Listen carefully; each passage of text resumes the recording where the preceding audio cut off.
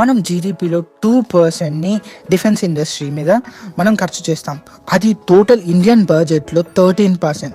Crazy ఉంది కదా Indian defence budget. And ఇదంతా స్పెండ్ చేసిన తర్వాత కూడా మనం వరల్డ్లోనే బిగ్గెస్ట్ ఇంపోర్టర్స్. అండ్ ఇవన్నీ కూడా మనం ఫారిన్కి పంపిస్తున్నాం ఈ డబ్బులన్నిటిని వెపన్స్ అండ్ ఎక్విప్మెంట్స్ కొనడానికి. కానీ ఇక్కడ ఇండియన్ గవర్నమెంట్ ఒక రెవల్యూషనరీ ఐడియాని తీసుకురాబోతుంది. సో దీంతో ఈ గేమ్ మొత్తం చేంజ్ కాబోతుంది. సో అది ఎలా, ఈ $1 బిలియన్ షిఫ్ట్స్ ఎలానో మనం తెలుసుకుందాం. కొత్తగా వచ్చిన దాని ప్రకారం India's defence acquisition council 1.5 lakh crores అంటే $18 billion ఆఫ్ ద డిఫెన్స్ ప్రాజెక్ట్స్ని అప్రూవ్ చేసింది. కానీ ఇక్కడ గుర్తుపెట్టుకోవాల్సింది ఏంటి అంటే 99% ఆఫ్ ఆ మనీ ఇండియాలోనే ఉండబోతుంది. ఇది మనం ఎక్కడ యూజ్ చేయబోతున్నాం? కటింగ్ ఎడ్జ్ అయిన combat vehicles, air defence systems, next generation patrol vehicles అన్నీ కూడా ఇండియాలోనే మ్యానుఫ్యాక్చర్ కాబోతున్నాయి. సో దీనివల్ల మనకి jobs and self reliance. And ఇక్కడ ఇది మాత్రమే కాదు, ఇండియా ఇప్పుడు కొత్తగా ఇంకో ఆర్డర్ని కూడా అప్రూవ్ చేసింది. 240 ఏరో ఇంజన్స్ ఫర్ ఫైటర్ జెట్స్కి. దీని యొక్క వాల్యూ 26,000 crores అంటే $3.1 billion. అండ్ ఇది అన్నిటిని ఎవరు బిల్డ్ చేయబోతున్నారు? ఇండియా యొక్క ఓన్ ఏరోస్పేస్ జెయింట్ అయిన హిందుస్థాన్ ఏరోనాటిక్స్ లిమిటెడ్. సో ఇక్కడ ఇండియా సడన్గా మేక్ ఇన్ ఇండియా ఎందుకు ఇంత రేంజ్లో పుష్ చేస్తుంది అని అంటే ఇది మనీ గురించి మాత్రమే కాదు. Of course money important and jobs important, కానీ ఇది జస్ట్ మనీ గురించి మాత్రమే కాదు. ఇప్పుడు మనం డిఫెన్స్ ఎక్విప్మెంట్ గురించి వేరే కంపెనీలు వేరే కంట్రీల గురించి మాట్లాడుకున్నట్టయితే డిపెండ్ అయితే ఒకవేళ కాన్ఫ్లిక్ట్లో సడన్గా వాళ్ళు పంపియను అంటే, లేదంటే ఆ కంట్రీకి మన కంట్రీకి సడన్గా ఏమైనా గొడవలు వస్తే, సో అలాంటి టైంలో గ్రేట్ కాదు కదా మనం డిఫెన్స్ గురించి మనం ఆ పొజిషన్లో ఉండడం. సో అందుకనే India all on domestic production వెళ్ళిపోతుంది. అండ్ ఇక్కడ India world biggest defence importers నుంచి మేజర్ ఎక్స్పోర్టర్గా మారాలి అని అనుకుంటుంది. ఇక్కడ మనం 4,500 డిఫెన్స్ ఎక్విప్మెంట్స్ని లోకల్గా మ్యానుఫ్యాక్చర్ చేయాలి అని చెప్పేసి ఇండియా అనుకుంది. అంబిషన్ అంటే ఇలా ఉండాలి. సో దీనికి వాళ్ళు వేసుకున్న గేమ్ ప్లాన్ ఏంటి?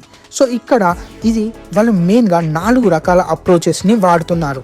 ఫస్ట్ది ప్రైవేట్ సెక్టార్ని ఇన్వాల్వ్ చేయడం. టాటా కంపెనీ, మహేంద్ర, ఎల్ఎన్టీ కంపెనీ అన్నీ కూడా డిఫెన్స్ గేమ్లోకి ఇప్పుడు పార్టిసిపేట్ చేయడానికి ఓకే అంటున్నారు. అలాగే ఫారెన్ ఎక్స్పర్టీస్ని కూడా తీసుకొని రావాలి అనుకుంటాను.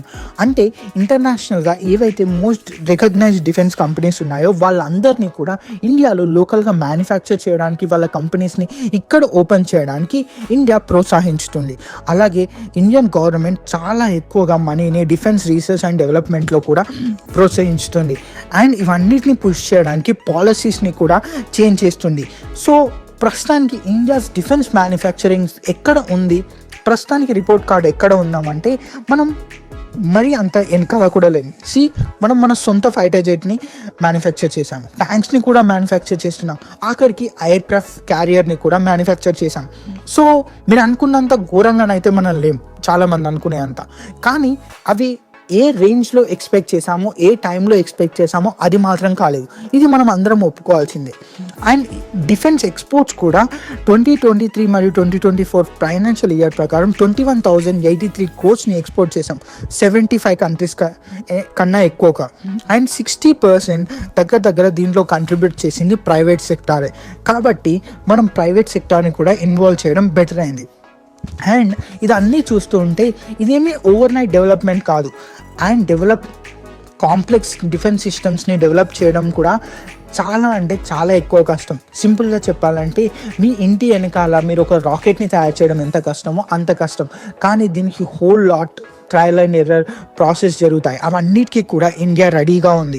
కానీ ఇక్కడ మనకు మొమెంటం దొరికింది, అది మాత్రం మోస్ట్ ఇంపార్టెంట్. ఇండియన్ గవర్నమెంట్ నుంచి అయినా సరే, ప్రైవేట్ సెక్టార్స్ నుంచి అయినా సరే. సో దీనివల్ల మనం ఈజీగా గ్రో కావడానికి ఛాన్సెస్ ఉన్నాయి. అండ్ ఇది ప్రతి ఒక్క ఇన్వెస్టర్స్కి అండ్ ఇండియన్స్కి మోస్ట్ ఇంపార్టెంట్. మీరు జియో పాలిటిక్స్ గురించి చూసినా, ఎకనామిక్స్ గురించి చూసినా ఇండియా ఇక్కడ బెటర్ ప్లేస్లో ఉంది, ఇండియన్ డిఫెన్స్ సెక్టార్ కూడా. అండ్ లాస్ట్ ఇయర్ ఈ స్టాక్స్ గురించి చూసినా కూడా 3% నుంచి 300% ఒక్కొక్క స్టాక్ పెరిగింది డిఫెన్స్ సెక్టర్. ఇది ఇన్వెస్ట్మెంట్ అడ్వైస్ కాదు, ఓకే. అండ్ ఇక్కడ డిఫెన్స్ సెక్టర్ పెరగడం వల్ల మనకి మేడ్ ఇన్ ఇండియా మాత్రమే కాదు, మన సెల్ఫ్ రిలయన్స్ అండ్ మనకి జాబ్స్ కూడా దొరుకుతాయి. See you in the next video. Thank you.